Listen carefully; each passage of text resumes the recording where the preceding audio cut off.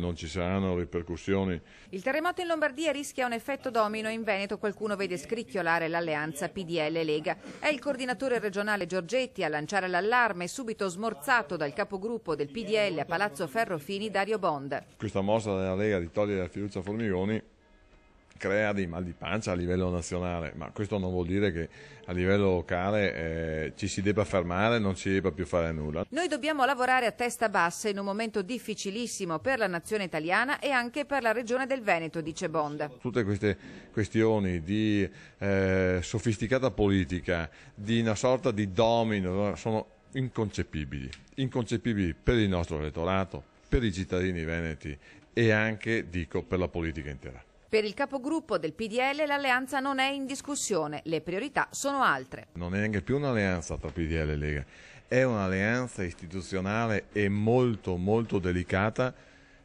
anzi meglio che delicata, è molto molto particolare con tutte le forze politiche che sono sedute in Consiglio regionale e che devono in qualche maniera, e lo stanno già facendo a mio avviso, darsi un senso di responsabilità per fare provvedimenti veloci e che funzionino e che servono per il nostro territorio.